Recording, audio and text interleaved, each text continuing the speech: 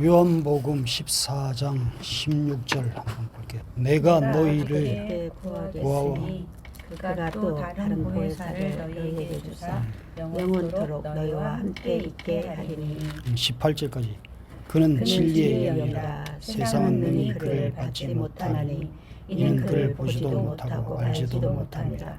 그러나 너희는 그를 아나니 그는 너희와 함께 거하시며 또 너희 속에 계시겠습니다.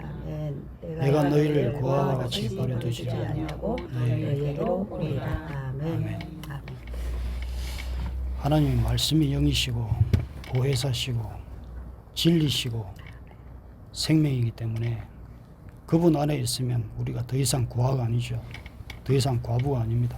오늘 그 하나님을 만나서 우리가 왜 예수 믿고 교회를 다니면서도 기쁨이 없고 행복이 없었는지 그 방향이 잘못돼서 그렇거든요. 오늘 말씀에서 그 예수 만나서 영적 방황이 끝나는 시간 됐으면 좋겠어요. 이 성경에 두 계보 이야기가 나옵니다. 창세기 3장 15절 내가 너로 여자와 원수가 되게 하고 내 후손도 여자의 후손과 원수가 되게 하리니 여자의 후손은 내 머리를 상하게 할 것이고 너희는 그의 발꿈치를 상하게 할 것이라 하시고 여자의 후손은 하나님께 속한 자들이고 뱀의 후손은 사탄에게 속한 자들이죠. 근데 이 두 계보가 충돌해서 분리가 됩니다. 아벨과 가인이 나오는데 아벨은 믿음의 삶을 제사로 드렸잖아요. 그래서 하나님의 계열이 됐는데 가인은 어떠냐? 요한 1서 3장 12절 가인은 악한 자에게 속하여 그 아우를 가인같이 하지 말라. 가인같이 하지 말라. 그는 악한 자에게 속하여 그 아우를 죽였으니 어떤 이유로 죽였느냐? 자기의 행위는 악하고 그의 아우의 행위는 의로우니라. 그래서 가인은 자기 의로 제사를 드렸고 그래서 하나님이 받으시지 않는 줄 아니까 분노가 나고 그래서 살인을 하고 그래서 뱀의 계열로 떨어집니다. 그래서 하나님 자식 아벨이 죽으니까 그 자리에서 그 셋을 세워 주셔가지고 이제 셋의 계보 그 다음에 가인의 계보 이렇게 두 계보로 이어집니다. 창세기 4장 26절 볼게요. 셋도 아들을 낳고 그의 이름을 에노스라 하였으며 그때 사람들이 비로소 여호와의 이름을 불렀다. 셋의 계보에서 사람들이 여호와의 이름을 부르기 시작했고 또 가인의 계보에서는 이제 문명이 발달하고 화려하게 이렇게 모양을 꾸미고 그런데 거기에서는 하나님이 없습니다. 그러니까 계보라는 것은 인간이 뭘 잘 꾸며가지고 열심히 내서 되는 것이 아니라 어디에 속했나 이 속함 소속이 기준이더라. 그래서 출애굽기와 이제 선지자를 넘어오면서 말씀을 보니까 그 사람들 속에 이제 소속이 드러나기 시작합니다. 신명기 32장 5절 볼게요. 신명기 32장 5절. 그를 하여 악을 행하니 하나님의 자녀가 아니요 흠이 있고 비틀어진 세대로다. 여호와께 대하여 악을 행해가지고 그러니까 그의 자녀가 아니라는 거죠. 이스라엘 백성들이 육적으로는 하나님의 백성이지만 성경이 계속 질문합니다. 너희들이 정말 하나님의 자녀라고? 하나님의 자녀 맞아? 그러니까 혈통이나 신앙생활 자체가 하나님의 자녀가 아니라 하나님을 향한 방향, 믿음과 순종이 그게 어떤 방향으로 가 있느냐 그게 따라서 소속이 바뀐다는 거죠. 이거 안 되면은 하나님 자녀도 아니고 교회도 아니라는 것입니다. 그래서 예수님이 오셔서 그 모습을 보고 선포를 하시죠. 마태복음 23장 33절 뱀들아 독사의 자식들아 독사의 새끼들아 너희가 어떻게 지옥의 판결을 피하겠느냐. 이 하나님과 방향이 맞지 않으면 뱀들이고 독사의 새끼들이죠. 요한복음 8장 44절에도 너희 아비는 마귀니 이렇게 하면서 하나님과 방향이 맞지 않으면 네 아버지가 마귀라는 거예요. 아비라는 말은 닮았다라는 얘기죠. 그래서 종교 지도자들이 우리는 아브라함 혈통이에요. 우리는 하나님 자녀예요. 그렇게 자부하지만 가만히 보니까 진리를 거부하고 살인과 거짓을 사랑하고 회개 없는 것을 보니까 니들 창세기 3장에 그 독사 꼭 닮았구나. 네 아비가 마귀의 자녀 맞구나. 이렇게 선포를 하시는 거예요. 그럼 누가 하나님의 자녀가 되느냐? 요한복음 1장 12절 볼게요. 요한복음 1장 12절.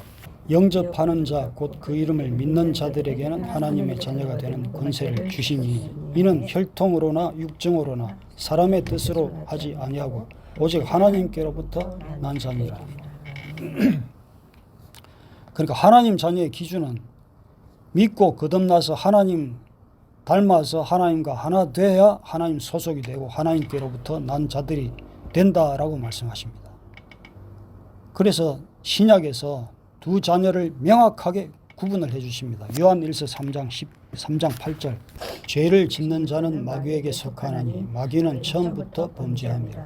하나님의 아들이 나타나신 것은 마귀의 일을 멸하려 하심이라. 가만히 보니까 하나님의 자녀는 의를 행하고 또 형제를 사랑하고 진리 안에 거하는 것을 기뻐합니다. 근데 마귀의 자녀는 계속 그 방향이 죄를 계속 지속해서 짓고 또 미움을 가지고 있고 거짓을 말하고 거짓 속에 행하고, 그러니까 우리가 완벽하게 죄를 안 짓는다 그런 뜻이 아니라 사람이기 때문에 실수할 수 있죠. 근데 하나님의 자녀는 회개를 하면서 방향을 자꾸 내 삶이 지속적으로 어떤 방향으로 누구를 따라가고 있느냐, 이게 문제라는 거죠. 그래서 그 삶의 마지막이 어떻느냐, 계시록에서 최종적으로 분리가 됩니다. 계시록 12장에 보면은 여자가 있고 또 용이 나오는데 여자는 하나님의 백성이고 용은 그 창세기 3장에 그 처음부터 아담과 하와를 꼬셨던 그 원수 마귀, 그놈과 합해진 자는 사탄의 자식이다. 그래서 이 두 씨가 마지막 두 나라가 돼가지고 두 진영 전면전을 펼칩니다. 그래서 계시록 20장에 사탄과 그에 따르던 그 자식들은 심판을 당하고 또 계시록 21장에 하나님의 자녀는 새하늘과 새 땅 천국으로 품어진다. 성경은 명확하게. 그럼 그 말씀의 법에다가 나 그리고 내가 속한 교회를 올려놓았을 때 내가 속한 교회는 하나님께 속한 교회가 맞느냐 이것이. 교회는 건물이 아닙니다. 종교 집단도 아니고. 교회라는 것은 불러낸 자들의 공동체죠. 베드로전서 2장 9절 볼게요. 베드로전서 2장 9절. 그러나 너희는 택하신 족속이요 왕같은 제사장들이요 거룩한 나라요 그의 소유가 된 백성이니 이는 너희를 어두운 데서 불러내어 그의 기이한 빛에 들어가게 하신 이의 아름다운 덕을 선포하게 하려 하심이라. 이 창세기 3장에서 마귀에게 져가지고 우리의 소속이 마귀 소속으로 떨어졌잖아요. 근데 하나님 거기서 빼내셔가지고 십자가 피 그 생명으로 씻기시고 사랑해 주셨으니까 이제 그 거룩한 신분, 그 순결함, 그 너희들 그 영적 상태를 잘 간직하고 신랑 기다리고 있어라. 그래야 완전한 하나님의 소속이 된다. 이렇게 말씀하고 계십니다. 그러니까 누구를 기다리고 있고 누구에게 속했느냐, 그게 따라서 하나님 자녀인지 마귀의 자녀인지 결정이 되는 거죠. 그래서 교회를 멋지게 짓고 그 안에 그냥 가만히 있기만 하면 자동적으로 하나님의 자녀가 되느냐, 예수님의 대답은 그게 아니다라는 거죠. 마태복음 13장 36절.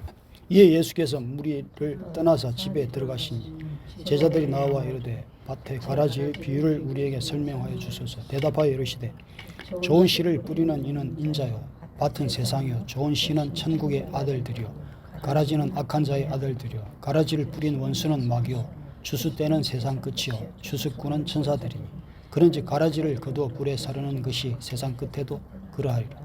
인자가 그 천사들을 보내리니 그들이 그 나라에서 모두 넘어지게 하는 것과 또 불법을 행하는 자들을 거두어내어 불무 속에 던져 넣으리니 거기서 울며 이를 갈게 되리라. 그때 의인들은 자기 아버지 나라에서 해와 같이 빛나리라. 귀 있는 자들은 들으라. 지금 밭은 교회잖아요. 알곡은 하나님의 자녀고 가라지는 악한 자의 자녀고. 근데 함께 자라게 두십니다. 하나님이 분명히 알고 계시죠. 근데 추수 때 분리하고 이렇게 심판하시려고.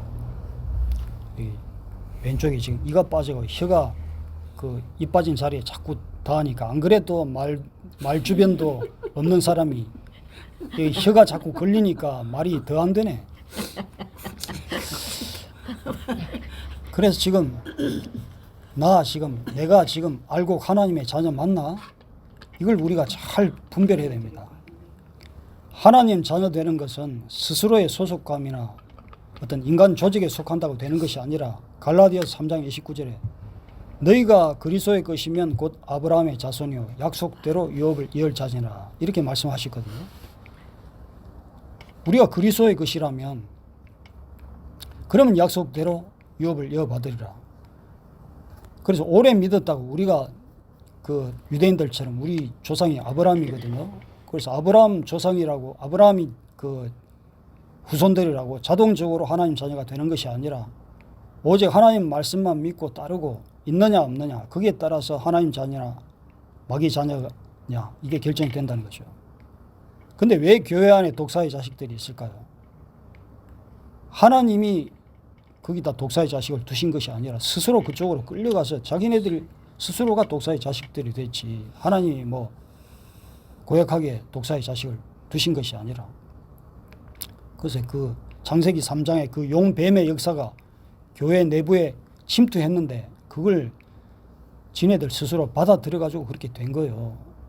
고린도후서 11장 13절, 그런 사람들은 거짓 사도여 속이는 일꾼이 자기를 그리스도의 사도로 가장하는 자들이니, 이 사탄도 자기를 광명한 천사라는 거예요. 그 유다스에도 가만히 들어온 사람들을 이렇게 미혹하려고 사탄이 가만히 들어왔다는 거죠. 그러니까 교회 바깥보다 교회 안이 더 위험한 전쟁터라는 것을 알아야 됩니다. 그럼 교회 안에서 왜 이런 일이 있을까? 우리가 이상하게 생각할 필요 없이 그 처음부터 그렇게 될 줄을 하나님이 알고 계시고, 사람들 스스로가 교회를 그렇게 전쟁터로 만든 거예요. 그렇기 때문에 교회는 아직 완성체가 아닙니다. 히브리서 12장 23절에 하늘에 기록된 장자들의 총회라고, 분명히 우리는 교회는 하늘에 기록된 장자들의 총회라고 그렇게 말씀을 하셨지만, 교회는 이미 하늘에 속하도록 연결되고 이렇게 하나님 앞으로 인정됐지만 이게 완성된 것이 아니다. 마지막 때는 가라지를 걸러내고 또 심판하실 때까지 내 역할이 뭐냐? 순결하게 하나님이 깨끗이 씻어주신 그 신부옷을 입고 잘 신랑 기다리면서 유지를 하고 있어야 된다. 그건 내 책임이에요. 남 책임이 아니라. 그러니까 남 탓할 필요 없이 내가 잘하고 있으면 된다. 그래서 성경이 말하는 교회의 본질은 외형이 아니라 생명이더라. 참 교회 안에는 말씀의 중심이 있습니다. 사도행전 2장 42절, 그들이 사도의 가르침을 받아 서로 교제하고 떡을 떼며 오로지 기도하기를 힘쓰니라. 사도의 이 말씀의 가르침을 받았다는 거죠. 그런데 말씀의 가르침을 받으면 참된 말씀은 권세가 있습니다.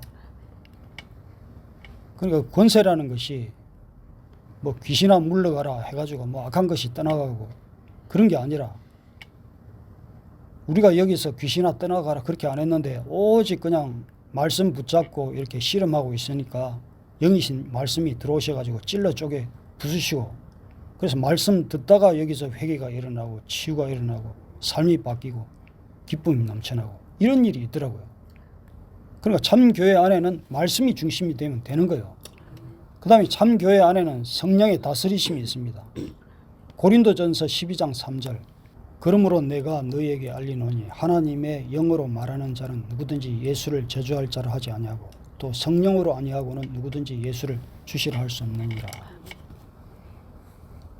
그러니까 교회는 인간 중심의 조직이 아니라 오직 성령이 주인 되시고, 성령이 중심되면은 그러면 옛사람이 죽고 하나님 자녀된 모습이 드러날 수밖에 없습니다.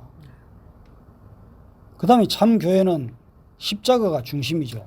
고린도전서 2장 2절에 예수 그리스도와 그가 십자가에 못 박히신 것 외에는 내가 자랑할 것이 없노라. 사도 바울이 그렇게 했거든요. 그러니까 신앙생활 한다는 것은 성공하기 위해서 내가 인생을 성공해야지. 내가 예수 믿고 뭘 잘 돼야지. 내가 예수 믿고 내 만족을 얻어야지. 또 예수 믿고 내가 위로받아야지. 뭐 사람들한테 인정받아야지. 이런 게 아니에요. 그런 모든 것에서 철저하게 십자가에 그냥 나 자체를 죽이는 거예요. 그래서 하나님은 십자가 지고 계속 나를 따르라. 날마다 자기 십자가를 지고 나를 따르라. 그래야 부활의 기쁜 그 생명을 얻기 때문에 그렇게 하라는 거예요. 그러니까 신앙생활 목적, 말씀 보는 목적, 예배하는 목적 전부 나 죽이기 위해서 신앙생활 하는 거고. 근데 우리는 거꾸로 내가 죽는 것이 아니라 자꾸 교회 와서 내가 드러나고 내 정체성을 누가 좀 알아주고 자랑해주고 사람이 칭찬해주고, 그래서 교회 다니면서 내가 뭐 예수 믿었으니까 잘 되고, 그 성경하고 전부 반대 방향으로 가고 있으니까 교회 안에서 이게 지금 기쁨을 얻지 못하고 성령이 내 안에 주인 돼서 들어오지 못하는 거예요. 그런 생각들은 하나님이 보시기에 그거는 껍데기다. 그건 더러운 거다. 거룩하지 못한 거다. 근데 거룩하지 못한 것을 자꾸 내 속에 집어넣고 있으면서 성령님 내 안에 주인 되소서. 성령이 들어가고 싶어서 뚜껑 열어보니까 안에 하나님이 원하시지 않는 것들만 채워져 있으니까 주인 안 되는 거예요. 그러니까 내가 공고하고 교회 가도 답답하고. 이게 교회 책임이 아니라 남 책임이 아니라 첫 번째는 내 책임이다. 그래서 참 교회는 열매로 증명되는 정체성이 있어요. 정체성이 뭐냐면 정확한 자기 신분, 소속. 그래서 마태복음 7장 20절에 그들의 열매로 그들을 알리라 그랬거든요. 그 열매라는 것이 하나님의 자녀의 열매는 뭐냐? 회개의 열매, 사랑의 열매, 겸손의 열매, 진리의 열매, 나 죽은 열매. 이게 있어야 되는데 독사의 자녀들은 어떻게 하느냐? 자꾸 합리화를 시키는 거예요. 그리고 자꾸 분열을 시키고, 그리고 교회 안에서 자꾸 지배하고 교만하고 자기가 주인 되고 자기가 자꾸 자랑되려고 하고. 그게 뭐냐? 종교성, 종교적인 습관. 옛부터 내려온 독사는 자꾸 외형을 자꾸 추구해라. 외형을 자꾸 추구해라. 하나님은 야, 외형이나 네 마음, 네 생각, 네 계획, 네 자랑 다 필요 없어. 그것에서 철저하게 죽어. 철저하게 죽어야 새 생명, 내가 예수로 들어가서 네가 알지 못하는 크고 비밀한 하나님의 영광, 하나님의 권세로 살게 해줄 거야. 그거거든요. 근데 우리가 신앙생활을 그렇게 하지 못하니까 자꾸 거기서 오는 트러블이 생기는 거예요. 그래서 교회 안에는 이렇게 참과 거짓이 싸우기 때문에 교회 안이 영적 전쟁터일 수밖에 없는 거예요. 내가 참에 서면은 영적 전쟁이 끝나는데 내가 자꾸 이게 참인지 거짓인지 말씀 속에서 제대로 분별이 안 되니까 계속 영적 전쟁 속에서 내가 계속 시달리는 거예요. 그 창세기부터 계시록까지 그렇습니다. 내 속에 있는 어떤 진리로 거짓을 밝혀내가지고 드러나게 하려고 자꾸 나를 교회 속에 집어넣어가지고 너 그 거짓 속에 들어가. 교회는 말이야 절대적으로 참일 수가 없어. 교회 속에는 죄인, 더러운 놈, 살인자, 뭐 사기꾼 다 들어와 있는데 네가 그 속에서 들어가서 할 역할이 뭐냐? 너는 참이 돼. 참이 뭐냐? 오직 예수밖에 없어. 네 스스로는 참이 될 수 없으니까 예수 그리스도와 함께 십자가에 죽어. 그럼 너가 참 될 거야. 그러면은 그 속에서 거짓이 밝히 드러나고 네가 그 속에서 네 스스로 영광을 막 나타내야지, 자랑을 해야지. 그게 아니라 네가 참되면 그 속에서 하나님이 영화롭게 그 속에서 들어올려가지고 빛을 비추듯이 그 흑암이 얼마나 부끄러운지 내가 드러나게 할 거야. 그거예요. 그 소명을, 그게 우리 소명인데 그 속에서 들어가서 아이 속상해 두들거리만 있다면은 내 소명을 지금 발견하지 못한 거예요. 에베소서 6장 12절 우리의 씨름은 혈과 육이 아니요 우리의 씨름은 그런 혈기에 속했고 우리의 육체에 속한 이 세상 것이 아니에요. 그래서 교회는 안식처이기 이전에 그리스도 예수로 사느냐 못 사느냐 이 싸움을 살아가는 그 증거가 있는 그 공동체가 교회라는 거예요. 예수로 사느냐 예수로 못 사느냐 그 증거를 하나님 보신다니까. 그래서 디모데전서 3장 15절에도 진리의 기둥과 터가 교회라는 거예요. 너희들이 그 가짜 속에서 진리를 보존하고 드러내려고 싸우는 장소가 교회야. 진리로 싸워. 거짓에 속해가지고 거짓한테 눌려가지고 그냥 왜 이렇게 거짓말이고 전부 더럽냐 하면서 그 속에 그냥 신음하고 할 것이 아니라 네 역할은 네가 얼마나 선한지 네가 얼마나 그리 속에 속했는지 그것을 보여가지고 그 악이 정말 나는 부끄럽구나 그 싸움을 하라는 거예요. 그렇게 싸우려고 할 때 성령께서 도우셔가지고 나를 주인되게 하시고 나를 힘내게 하고 내가 그 속에서 참 저 사람들이 저 군사 저 집사는 왜 저렇게 우리랑 다르지 좀 부끄럽다 이런 마음이 들도록 그게 교회라는 거예요. 그래서 마지막 때 교회는 하나님 손에 의해서 최종적으로 분리되잖아요. 아까 계시록에서 계시록 21장 27절에 어린 양의 생명책에 기록된 자들만 들어가리라 이렇게 하셨거든요. 그래서 교회 안에 있는 모두가 하나님 자녀가 아니라 하나님의 자녀가 드러나도록 하나님이 계속 시험을 하신다는 거예요. 그래서 그 시험을 통과된 자들만 어린 양의 생명책에 기록되더라. 그래서 하나님이 계속 교회 속에서 이렇게 시험을 하시는데 우리가 하나님 자녀로 계속 드러나도록 싸워서 그 시험에 통과되도록 해야 되잖아요. 시험을 치르는 거 시험이 어떤 시험이든지 시험은 준비하고 그 시험에 합격하려면 그냥 되는 게 아니잖아요. 실험을 해야 되잖아요. 싸워야 되잖아요. 그냥 싸울 각오를 하고 안에서 내가 싸워야 되구나. 어떻게 싸워야 되느냐. 뭐 육으로 싸우고 말로 싸우고 뭐 기분으로 싸우는 것이 아니라 말씀으로 싸우고 내가 진리 붙들고 있으면 그게 싸우는 거구나. 우리는 진리 붙들고 싸우기만 하면 되는 거예요. 그게 내 역할이에요. 그래서 그럼 교회 안에서 하나님의 자녀를 구별하는 기준이 뭐냐? 요한복음 3장 3절 하나님이 원하시는 것은 네가 정말 하나님 자녀라고 그럼 뭘 보면 알까? 네가 거듭나는 걸 보면 하나님 자녀인 줄 내가 알리라. 그러니까 예수님은 우리한테 종교적인 어떤 행위, 교회 가서 뭘 하고 사역을 뭘 하고 그걸 하기 전에 가장 먼저 이 말씀부터 하셨죠. 거듭나라. 교회 출석하는 것이 문제가 아니다. 성경 공부하고 뭐 지식 알고 직분 다는 것이 문제가 아니다. 거듭나라. 그래야 하나님의 나라, 그 교회의 본질이 된다. 그게 내 자녀구나. 이렇게 하나님이 인식한다는 거예요. 그럼 거듭남이 뭐냐? 다시 태어나다. 위로부터 새 생명을 공급을 받다. 그런 뜻이에요. 그러니까 위로부터 새 생명을 공급을 받는데 우리가 인간적으로 열심히 하고 뭐 종교생활 행위를 드리고 다짐을 하고 결심을 하고 그래가지고는 절대 위로부터 오는 그 새 생명을 받을 수 없고 인간은 원래 처음부터 하나님이 선포를 하셨어요. 너희들은 더러운 인간이다. 그래서 우리 속에 있는 생각과 말과 삶, 행동을 그냥 예수와 함께 십자가에 못 박혀 죽여버려야 새롭게 태어나잖아요. 가만히 있는 사람한테 너 새롭게 태어났네 이렇게 말하지 않습니다.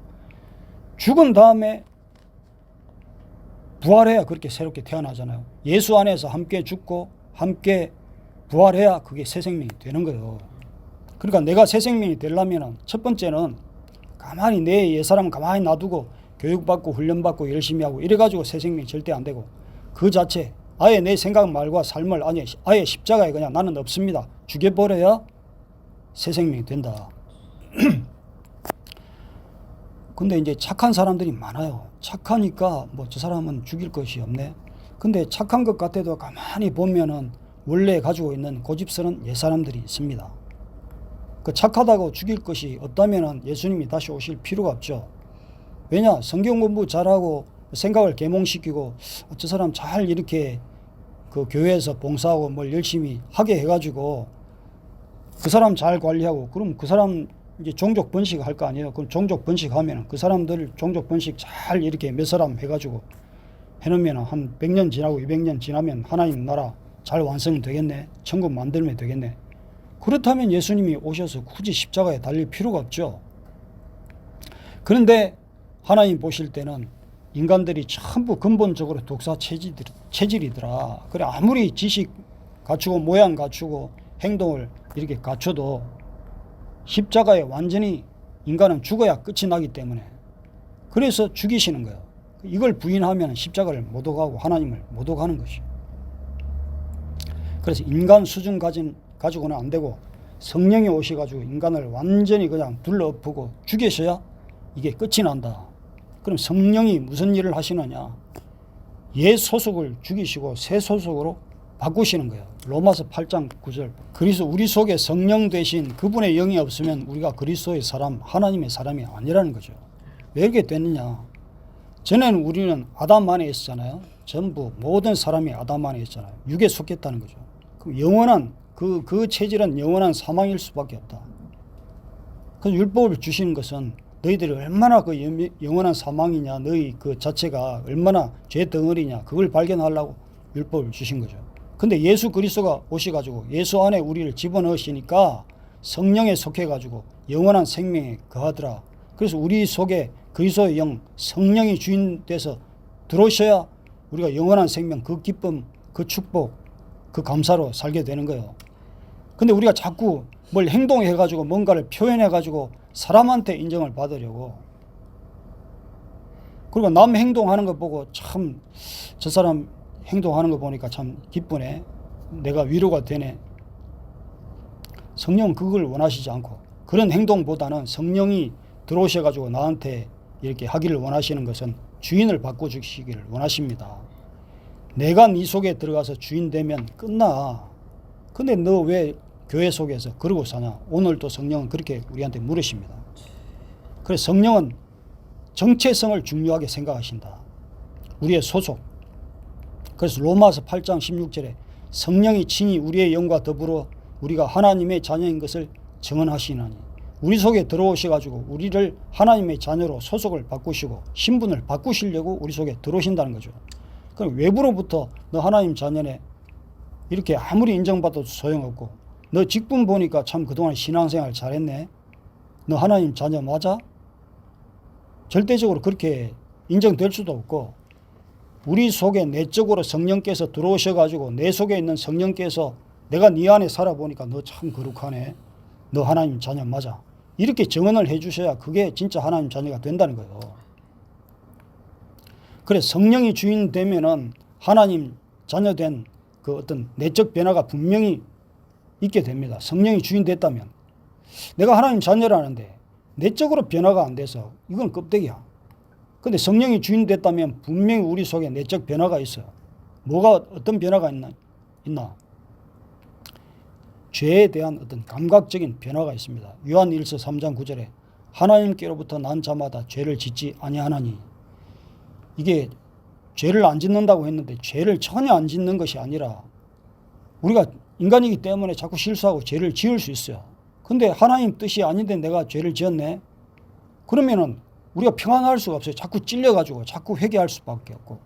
근데 그 회개가 형식적으로 교회 가가지고 하나님 뭐가 듣고 저 듣고 반성문 쓰는 정도가 아니라 정말 고통스러운 어떤 본능, 고통스러운 그 참된 탄식이 나오는, 이게 하나님 자녀라면은 그런 참된 회개를 할 수가 있죠. 근데 그래서 성령이 주인 되시면 아버지와 우리와의 관계가 변화가 됩니다. 갈라디아서 4장 6절에 아바 아버지라고 부르게 하셨느니라. 아바 아버지, 진짜로 우리 아빠 아버지를 대하는 것처럼 이렇게 관계가 개선이 되는데, 종교인들은 그냥 그 아빠 아버지를 두려움에서 부르고 어떤 계산해서 내가 아버지 교회 다니니까 아버지로 불러드려야지, 그리고 의무감에서 자꾸 부르지만, 진짜 하나님의 자녀는 진짜 친밀하게 아버지를 신뢰하고 아버지를 갈망해서 날마다 부르게 되잖아요.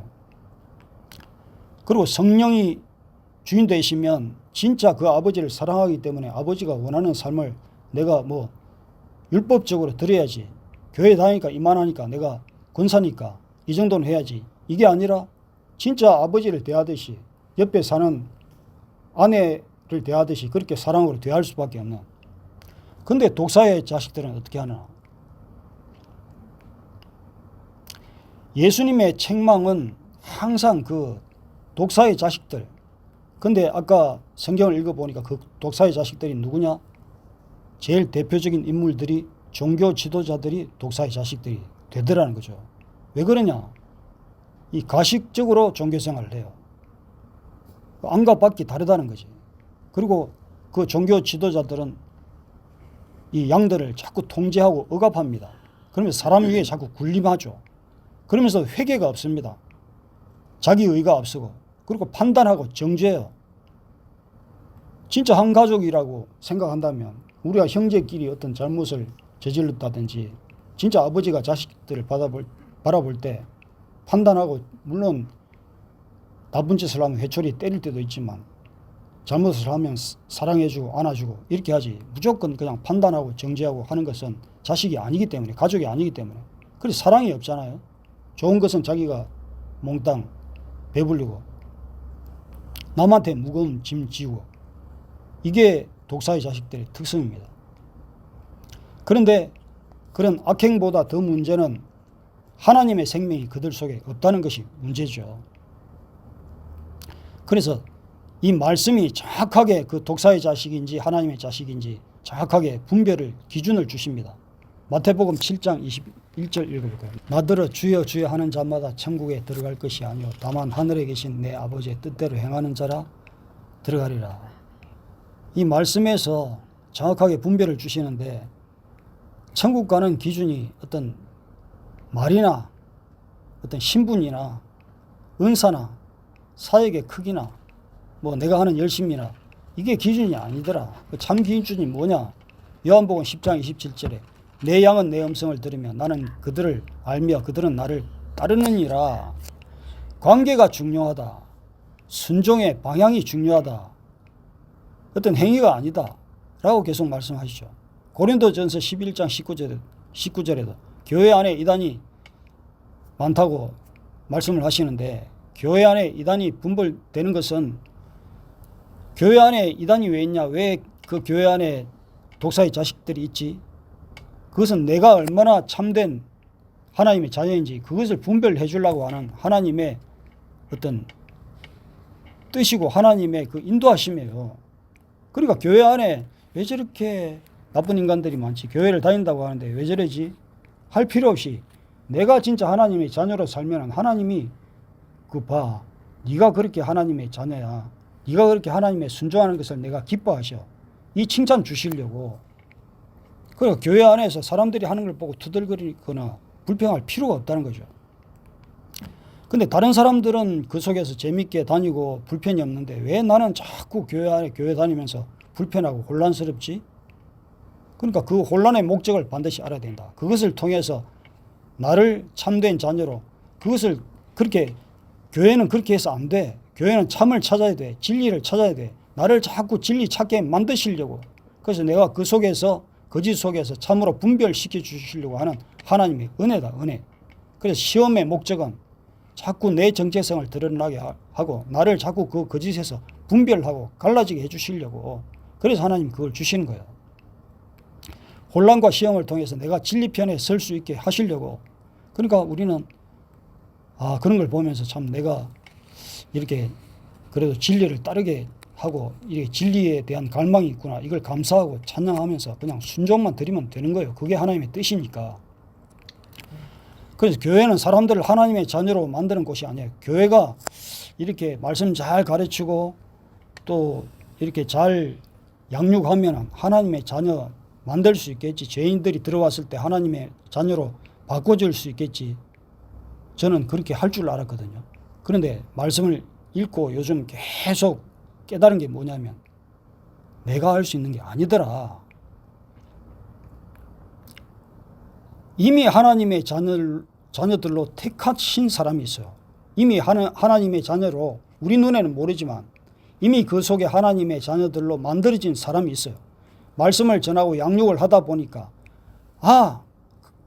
이 사람이 바로 그 사람이구나. 그걸 발견하고 택하는 그 때가, 그 사람 찾는 곳이 교회더라. 그러니까 겉으로 보기는 몰랐는데 예수님이 십자가에 달렸을 때 십자가 그 우편 강도를 보니까 그 사람이 세상에 하나님이 택하신 사람이었던 거예요. 그러니까 교회는 진짜 안 될 사람을 바꿔가지고 이렇게 하나님 자녀로 바꿀 수 있을 줄 알았는데 그게 아니더라는 거지. 이미 하나님이 택해 놓은 사람을 흙 속에서 그 진주를 발견하듯이 그렇게 우리가 발견하는 그 작업을 하는 것이 교회더라. 그럼 교회에 들어가면 무조건 거룩해야 돼. 무조건 깨끗해야 돼. 이거 기대하지 말라는 얘기죠.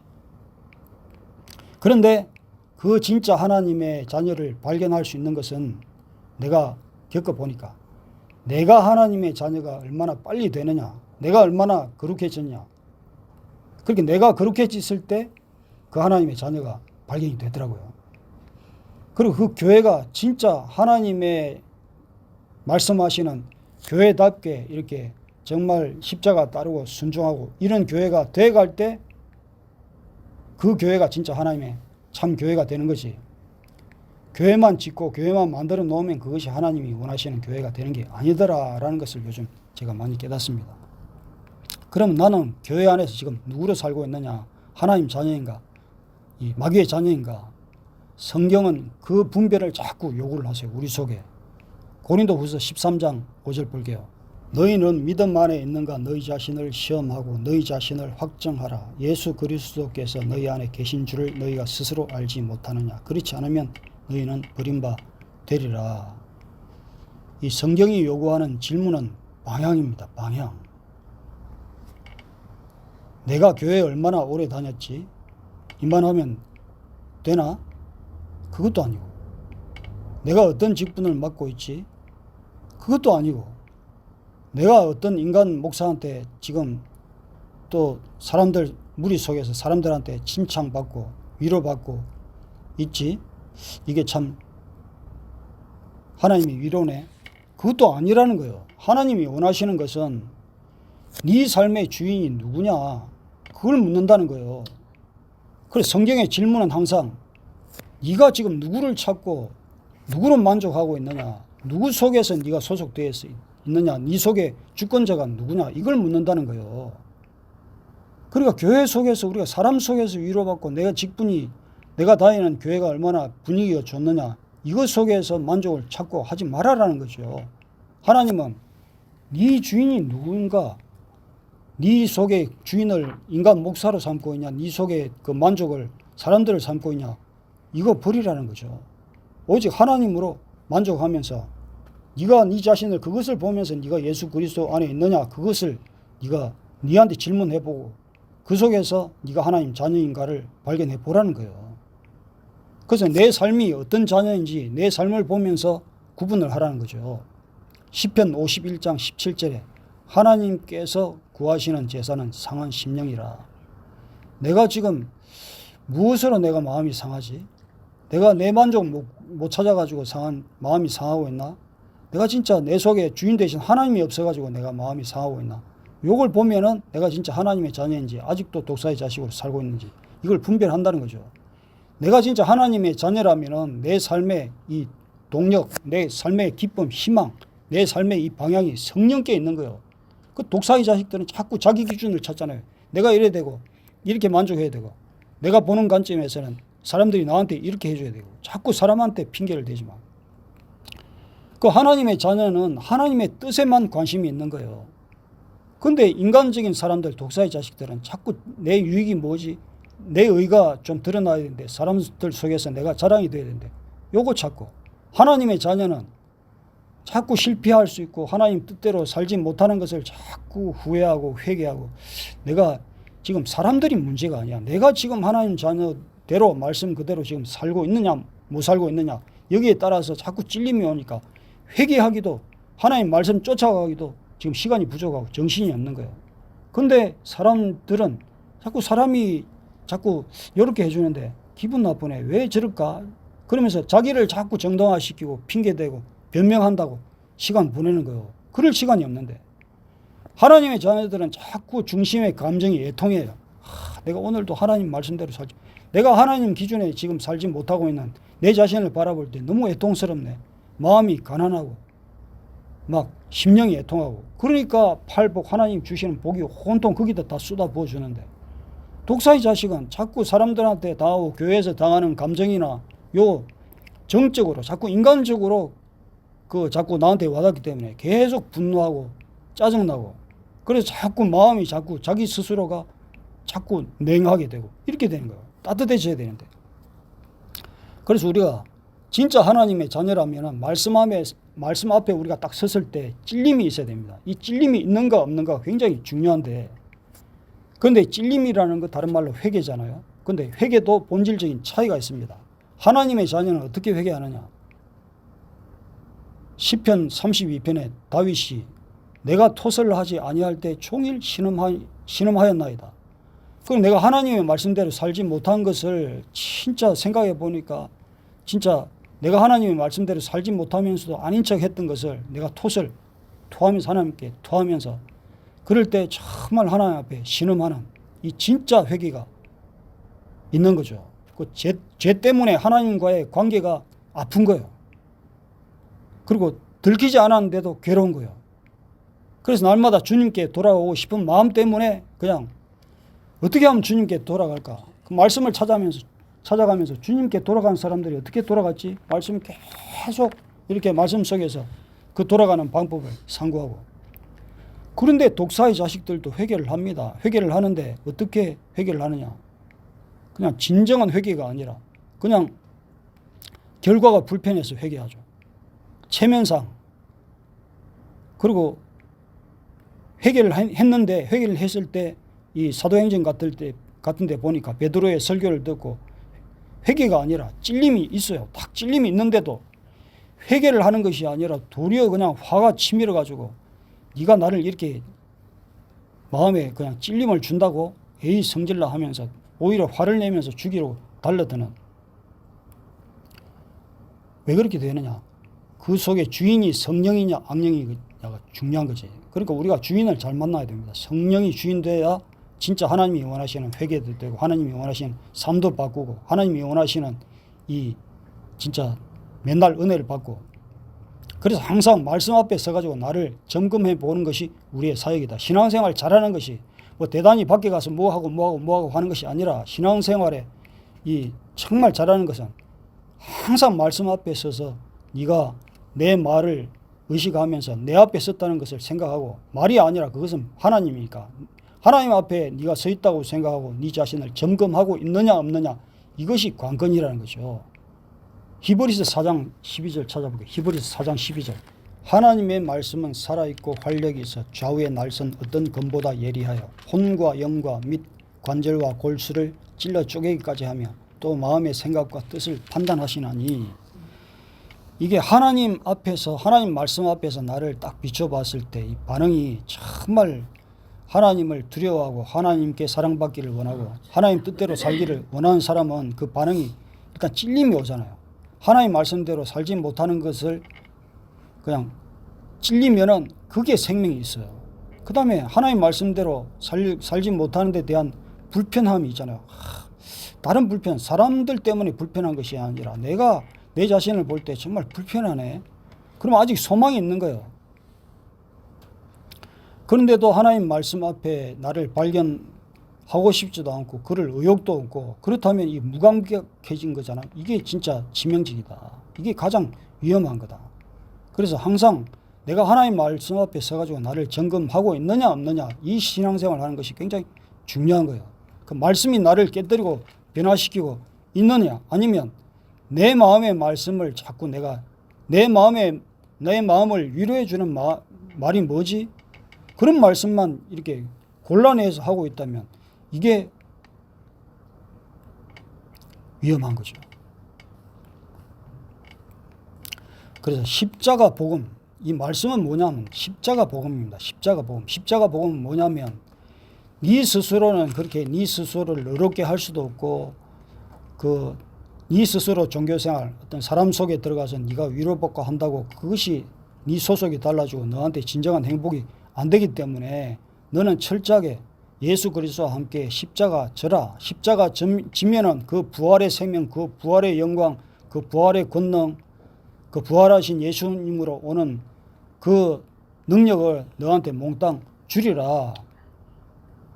그래서 갈라디아서 6장 14절에도 내가 십자가 외에는 결코 자랑할 것이 없나니, 사도 바울이 전에는 하나님 잘 믿는다고 율법으로 막 예수 믿는 사람 때려 죽이고 했는데 그 십자가 예수를 딱 만나가지고 그 십자가 예수한테 성령으로 두들겨 맞아가지고 홀라당 뒤집어지니까 이제 십자가 위에 자랑할 것이 없다는 거예요. 십자가에서 너 죽어라 하면은 하나님의 자녀는 그대로 받아들이고 그대로 사니까 거기서 능력이 나오고 사랑받고 막 하나님으로 칭찬받고 이렇게 되니까 독사의 자식들이 볼 때는 싫어하는 거예요. 자기네들은 율법 지키고 이렇게 우리 행위가 자꾸 돋보여야 되는데 쟤들은 아무것도 하는 것 없이 성령 받았다고 이렇게 하나님 사랑해주고 하니까 그러니까 짜증을 내는 거예요. 그 도사 자식들은 네 자아를 다 죽여 부정해. 하나님 자녀는 감사로 받아들이는데 독사의 자식들은 자기 자랑 네 자체를 부정해라고 하니까 도사 자식들은 그걸 막 짜증내고 거부하는 거죠. 그럼 네 공로도 없어. 사실 예수님 공로 외에 우리 아무것도 없잖아요. 그런데 하나님 자녀들은 아멘 하면서 내 공로 아무것도 없습니다. 오직 하나님만 공로십니다. 근데 도사 자식들은 억울해 하잖아요. 내 공로가 없다고? 그럼 내가 그동안 교회 한 거는 뭐야? 내가 그동안 신앙생활 하면서 얼마나 충성 봉사했는데 그건 다 뭐냐? 이렇게 되는 것이. 그러면서 분노가 나오잖아요. 근데 하나님 그 모든 네 자아나 뭐 네 공로나 네 열심이나 이런 것에 다 죽어라. 네가 죽어야 예수로 사는 능력, 예수로 사는 평강과 기쁨이 너한테 충만히 부어주신다. 그게 하나님 말씀이시고 그게 하나님이시고 그게 생명이고 그것만이 우리의 공로가 되고 그게 기쁨이 되는 거예요. 그런데 교회 속에 이 종교 지도자들 이른바 교회 그 리더들이 왜 독사의 자식이 되기 쉬우냐? 예수님이 오셔가지고 가장 강하게 책망하신 대상이 어떤 죄인들 세리, 뭐 창기, 뭐 거지, 문둥병자 이런 사람들이 아니라 그 교회 지도자들한테 이 독사의 자식들아, 마태복음 23장에 뱀들아 독사의 새끼들아, 아까 그렇게 얘기했잖아요. 이것은 어떤 예수님이 뭐 감정적으로 분노하시는 것이 아니라 가만히 보니까 교회를 가장 붕괴시키는 핵심 요인이 바로 그 부류더라. 지금도 변함이 없어요. 지도자일수록 뭐 때문에 그러느냐? 그 속에 욕심이 있더라. 그 속에 야망이 있는 거예요. 그러니까 세상 왕의 밥이 될 수밖에 없는 거예요. 이 사탄의 전략이라는 것은 교회 밖에서 우리를 자꾸 무너뜨리고 하는 것이 사탄의 전략. 사탄은 그런 방법 쓰지 않습니다. 사도행전 20장 29절 내가 떠난 후에 사나운 이리가 여러분께로 들어와서 그 양떼를 아끼지 아니하며 또한 여러분 중에서 제자들을 끌어 자기를 따르게 하려고 그 어리진 말을 하는 사람들이 일어날 줄을 내가 아노라. 만약에 우리가 교회 밖에서 우리 교회를 깨뜨리려고 막 이단이나 막 사나운 이리같이 이렇게 다가온다면 우리가 정신을 바짝 차리겠죠. 보이니까. 근데 교묘하게 이 독사는 교회 내부 안에서 썩게 만듭니다. 교회 내부가 왜곡되게 만들고. 그러니까 지도자들을 통해서 리더들을 통해서 강단에 서게 만들어가지고 그 리더십을 자꾸 무너뜨리는 거예요. 그래야 안에서 슬그머니 썩으니까 아무도 모르게. 그래서 율법적으로 신앙하는 것은 이 독사의 새끼일 수밖에 없어요. 율법 지킨다고 뭐 열심히 낸다고 이게 하나님 자녀가 되지 않고 진정한 교회가 안 되니까. 근데 교회 안에서 자꾸 율법적으로 우리를 신앙으로 얽어매가지고 뭘 봉사해라, 충성해라, 교회에 뭐 헌금해야 된다, 교회에 뭘 해야 된다. 그러니까 본질을 자꾸 잊어버리게 막 슬그머니 잊어버리게 만든 거예요. 본질은 뭐예요? 내가 죽고 오직 내가 예수로 사느냐 못 사느냐, 내가 진정한 하나님 앞에 회개하는 삶을 사느냐 못 사느냐. 그러려면 교회 안에서 계속 말씀을 이렇게 하나님 말씀을 끌어내가지고 진짜 지도자부터 내가 회개하는 삶을 살고 내가 예수 그리스도 따르는 삶을 사는 그 본을 보여가지고 성도들도 전부 그 삶을 따르게 하는 그것을 자꾸 가르치고 보이고 하는 것이 이게 교회의 본 모습인데 이 독사의 자식들은 자꾸 율법적으로 뭐 했고 뭐 하고 그 돈 많이 내고 결국은 자기 배불리고 그래서 독사의 자식이 되는 거예요. 그래서 로마서 10장 2절에 열심은 있으나 올바른 지식을 따르는 것이 아니라 교회 안에 진짜 열심은 있어. 그리고 뭘 가르치기도 해. 그런데 그 열심이 하나님을 위한 열심이 아니라 전부 자기들 만족을 위한 열심이고 지식도 있는데 그것이 올바른 지식이 아니라 전부 이 독사의 자식으로 가기 위한 그런 지식. 그래서 핵심적인 문제는 뭐냐? 하나님을 섬긴다고 하면서 결국에는 자기네들 섬기는 거예요. 자기 의를 섬기는 거예요. 자기 모양을 섬기고 자기 행동이 얼마나 사람들 앞에 잘 보이느냐 이것을 섬기는 거예요. 교회 안에서 본질은 다 빠지고 그래서 독사의 자식이 되는 거예요. 그러면서도 그 독사의 자식들, 종교 지도자들, 리더의 잘못된 생각이 뭐냐? 아주 권위적이에요. 권위적. 예수님은 그렇게 권위 있고 하나님의 아들임에도 불구하고 낮게 내려와서 제자들을 발을 씻기고 몸소 본을 보이면서 십자가에 못 박아 죽이면서 사랑해 주면서 이렇게 하는 것이 진짜 성도들을 섬기는 거야. 그 소명, 그 권위라는 것은 소명의 소명. 그것을 양들을 맡겨주시는 거예요. 양들을 네가 얼마나 모본을 보이면서 네가 사랑으로 네 생명을 내어주면서 양들을 사랑하고 이렇게 양들을 양육하는 것인지 이 소명을 주신 건데 이 독사의 자식들은 그 소명을 자기 권리로 생각하는 거예요. 권리. 내가 어떻게 하면 높아질까? 그 속에서 그냥 얽어매가지고. 그러니까 이게 교회 안에서 이 본질이 이렇게 바뀌니까 교회 안이 이렇게 힘든 거예요. 그래서 마태복음 20장 25절에서 26절 이방인의 집권자들이 그들을 주관하나 너희 중에는 그렇지 아니하니. 이방인의 집권자들, 이 이방 사람들이 이 소속이 다르다는 거예요. 한마디로 하나님 자식이 아니다는 거예요. 그래서 그들은 우리를 그냥 자기 손으로 우리를 씻기고 우리를 이렇게 받들어 가지고 하나님 앞에 올려 드리려고 자기를 희생하고 하는 사람들이 아니라 찍어 눌리는 직권해가지고. 그래서 참 목자는 섬기는 거예요. 자꾸 섬기고 자꾸 낮아지고 생명을 선포하고 생명들을 자꾸 보호하기 위해서 자기 생명을 내어주고. 그 독사의 리더들은 자꾸 지배하고 통제하고 그 교회라는 어떤 조직 체계를 유지하기 위해서 온갖 돈을 쏟아붓고 막 그 체계를 잘 키워가지고 결국 자기 거 만들려고 자기 누리는 것도 모자라가지고 그것을 자식들한테 물려주고 손자들한테 물려주고. 헤롯 왕이 그랬잖아요. 헤롯 왕이 자기도 해먹고 아들 다 나눠주고 또 아들도 모자라가지고 손자들한테 물려줘가지고. 그리고 예루살렘 하나님을 열심으로 섬기는 그 성전을 전부 자기 걸로 만들어가지고 피를 빨아먹고 양들을 잡아먹고. 이거 지금 독사의 자식들도 그러잖아요. 양들보다 체계를 우선시한다. 그래서 마가복음 7장 8절에 너희가 하나님의 계명은 버리고 사람의 전통을 따르느니라. 양들을 살리기보다는 조직이나 전통이나 이미지 보호가 우선이다. 그래서 독사의 자식들은 회개를 안 해요. 회개를 안 하고 요한복음 같은 데 보면 누가복음 같은 데 하나님이 계속 사람들을 치유하잖아요. 눈먼 자 고치고 문둥병자 고치고. 근데 사람들은 그 모습을 보면서 아 저게 하나님만 하실 수 있는 거야. 저분은 하나님이야. 다윗의 아들이야. 하나님의 아들로 오신 그리스도야. 이렇게 하는데 바리새인들은 그 표적과 이적을 보면서도 그것을 부정하잖아요. 하나님을 인정하지 않고 회개를 그 앞에 하지 않더라. 그래 독사의 자식들의 가장 큰 특징은 뭐냐? 회개할 필요를 느끼지 않는 거예요. 회개가 안 되는 거예요. 우리는 조금만 이상이 있으면 말씀 안에 비추어가지고 내가 말씀대로 살지 못하네 이렇게 생각되면 회개하는데 독사의 자식들은 절대 회개하지 않는다.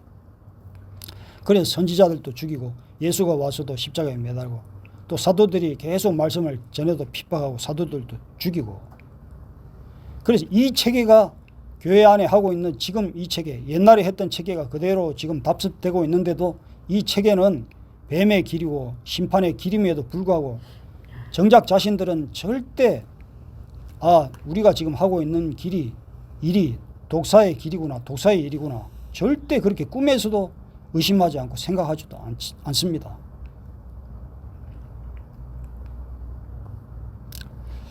그래서 이 싹군과 참목자의 결정적인 차이는 뭐냐?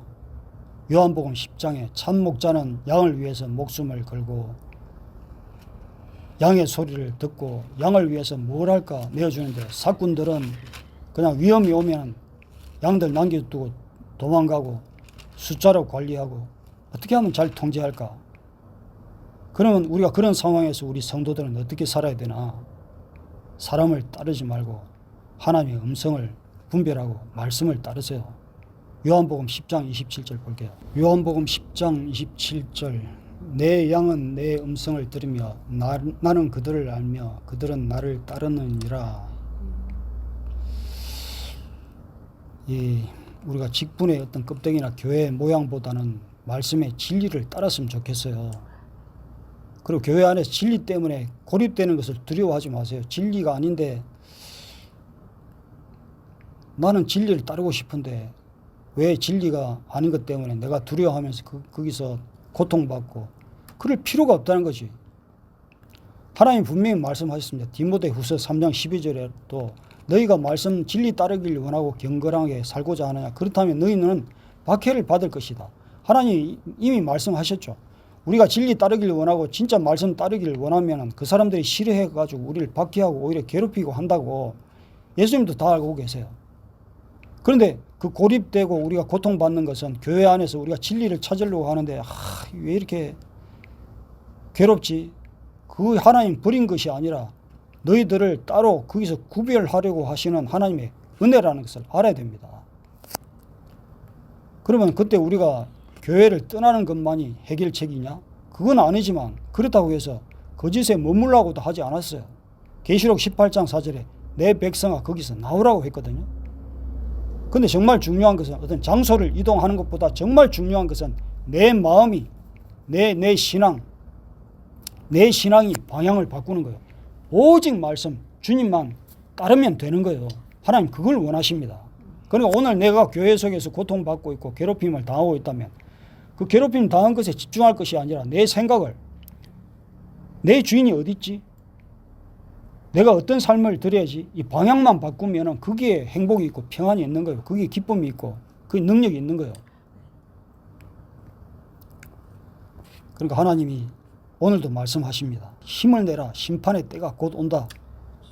창세기 3장 15절에 두 자녀 아까 처음에 시작하면서 창세기 3장 15절부터 두 자녀가 나눠지잖아요. 두 나라가 싸우잖아요. 마태복음 25장 32절에 목자가 오실 때 양과 염소를 구별하신다고 하셨거든요. 의인 중에서 악인을 갈라낸다고 하셨거든요. 종말이 오면은 그때 하나님이 분명하게 분리를 하십니다. 그때 정말 내가 하나님 따르고 하나님 말씀을 따르기를 정말 목숨같이 하나님께 내 삶을 드리고 있다면 하나님은 반드시 분리하셔가지고 하나님 품에 품으시려고. 그때까지 우리에게는 뭐가 오느냐? 핍박이 있고 다름이 있고 자꾸 분리가 있고. 그런데 그것을 우리는 두려워할 것이 아니라 그것을 우리는 기뻐해라. 왜? 내가 하나님 따르기를 힘쓸 때 이렇게 마귀가 나를 저주하고 시기하구나. 그 당연한 거니까 그 속에서도 우리는 진짜 기뻐할 줄 아는 그 영성으로 우리를 끌어올리시길 원하신다. 그래서 오늘도 교회 안에서 우리가 정말 괴로움이 있고 어려움이 있고 스트레스를 받고 그렇게 하지만 절대 처음에 우리가 읽었던 것처럼 내가 너희를 고아와 같이 버려두지 않으리니 오늘도 성령께서 내 속에 들어와 가지고 나를 내 안에 이 성전 삼으시고 내 안에 주인 되셔가지고 나를 기쁘시게 하려고 성령께서 말씀으로 들어오시기를 원하십니다. 그러니까 우리가 매일 힘써야 될 것은 그 성령 받기를 원하시는데 그 성령은 어떻게 해서 들어오느냐? 뭐 빡세게 기도한다고 뭘 다른 어떤 걸 해서 들어오는 것이 아니라 말씀 통해서 기도하고 말씀이 하나님이시니까 이 말씀이 성령이시니까 말씀 붙잡고 실험하면 성령이 들어오셔가지고 나를 만족하게 해주시고 말씀이 들어오셔가지고 나를 평화롭게 하실 뿐만이 아니라 능력 있는 삶으로 그래서 교회 속에 있는 가짜 그 껍데기들 다 이기게 하시려고 오늘도 말씀 주시기 때문에 말씀에 욕심을 내서 오늘도 말씀 붙들고 실험해서 이겨서 그 거짓을 이기고 참되신 주께로부터 날마다 사랑받고 응답받고 날마다 능력받는 우리 모두가 되었으면 좋겠습니다.